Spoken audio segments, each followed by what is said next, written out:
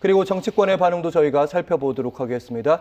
먼저 국민의힘은 이제 졸속 탄핵 인정이 됐다. 이재명 대표는 이제 석고대자라고 있고요.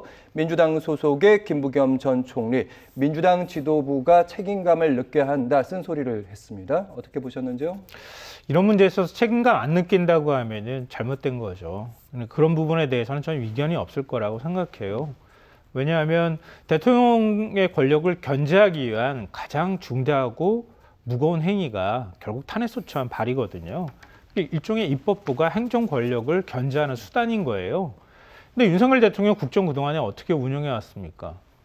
독단적으로 운영하는 것도 모자라서 일종의 국민들 가운데 반국가 세력이 있기 때문에 계엄 선포문 보셨으면 아시겠지만 일소한다 그랬어요. 일거에 척결하기 위해서 나는 계엄을 선포한다고 얘기를 했거든요. 그런 일종의 중병에 빠진 정도 수준까지 대통령 권력을 자기 멋대로 행사했어요. 여기에 대해서 입법부가 견제하기 위한 탄핵 소추를 발의하는 것을 이거를 일종의 탄핵 소추권 남발이라고 주장을 하면 대한민국이 어떻게 대통령 권력을 견제할 수 있습니까? 견제할 수준은 없다고 보고요. 다만 탄핵 소추안을 발의하는 데 있어서 야권이 굉장히 신중을 기해야 한다고 하는 전제는 저는 100% 동의합니다. 그러니까 그럴 때 일종의 권력 균형이 이루어진다고 하는 그런 게 가능해지거든요. 그러니까 야권이 이런 부분에 있어서 무겁게 받아들여야 할 필요는 저는 분명히 있다고 보나 다만 이런 겁니다. 헌법재판소가 끊임없이 확인해 줬어요. 이창수 서울중앙지검장을 비롯한 검사 2명에 대한 탄핵소추안 할 때 이거는 다소 정치적 의도가 포함됐다 하더라도 탄핵소추안 발의가 잘못된 건 아니야라고 그때도 얘기했고요. 최재해 감사원장도 역시 마찬가지입니다. 기각 하나 별개 의견이 있었는데요. 기각 하나 최재해 감사원장이 헌법과 법률 위반한 부분이 있어라고 판단했어요. 이번에 앞서도 제가 말씀드렸던 것처럼 한덕수 국무총리 역시 마찬가지입니다. 그러면 탄핵소추안 발의한 행위 자체를 무조건 잘못됐다고 공격하는 건 전 그냥 정치적 공격일 뿐이다라고 보고요. 권력을 행사하는 건 집권 여당이라고 지금 국민의힘에서 자처하고 있잖아요. 집권 여당의 무게감은 어디 있는지 전 찾을 수가 없는데요. 권력을 자기들이 집권을 해서 행정 권력을 운영하는 역할들을 했잖아요. 대통령하고 같이 호흡을 맞춰가면서 대한민국을 이끌어왔습니다. 그런 부분에 대한 일말의 책임임시도 보이지 않는 국민의힘에 대해서는 국민들이 앞으로 두고두고 저는 심판할 거라고 보고요. 한덕수 국무총리도 역시 마찬가지로 그런 부분에 대한 성찰이 전혀 보이지 않아서 저는 이런 방식으로 국정 운영을 했기 때문에 윤석열 정권이 결국은 국민의 심판을 받을 수밖에 없었다라는 건 정말 나중에 두고두고 역사에 기록될 거라고 생각합니다. 행정부를 이제 견제하는 수단으로서 탄핵은 의미가 있다. 설사 실패하더라도 장 소장이 그럼에도 불구하고 기각으로 계속 나오는 부분은 생각을 많이 하게 되네요.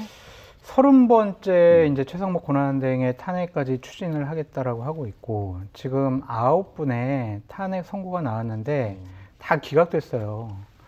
그러니까 이런 숫자보다는 탄핵이라는 것은 최후의 수단이 되어야 하거든요. 그러니까 정치적인 공격을 하고 잘못했다고 지적을 하고 임명권자가 마지막으로 중대한 헌법상 법률상 위반 행위를 한 공직자에 대해서 탄핵을 할 수 있는 게 국회 권한인데 이건 너무 심한 것 같아요. 그러니까 한덕수 국무총리와 관련해서도 왜 헌법재판관 임명 안 해?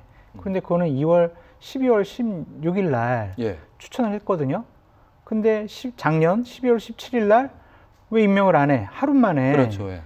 너 안 할 거야? 그러면은 우리는 탄핵. 이게 과연 맞는 것이냐? 좀 그런 생각이 드는 거예요.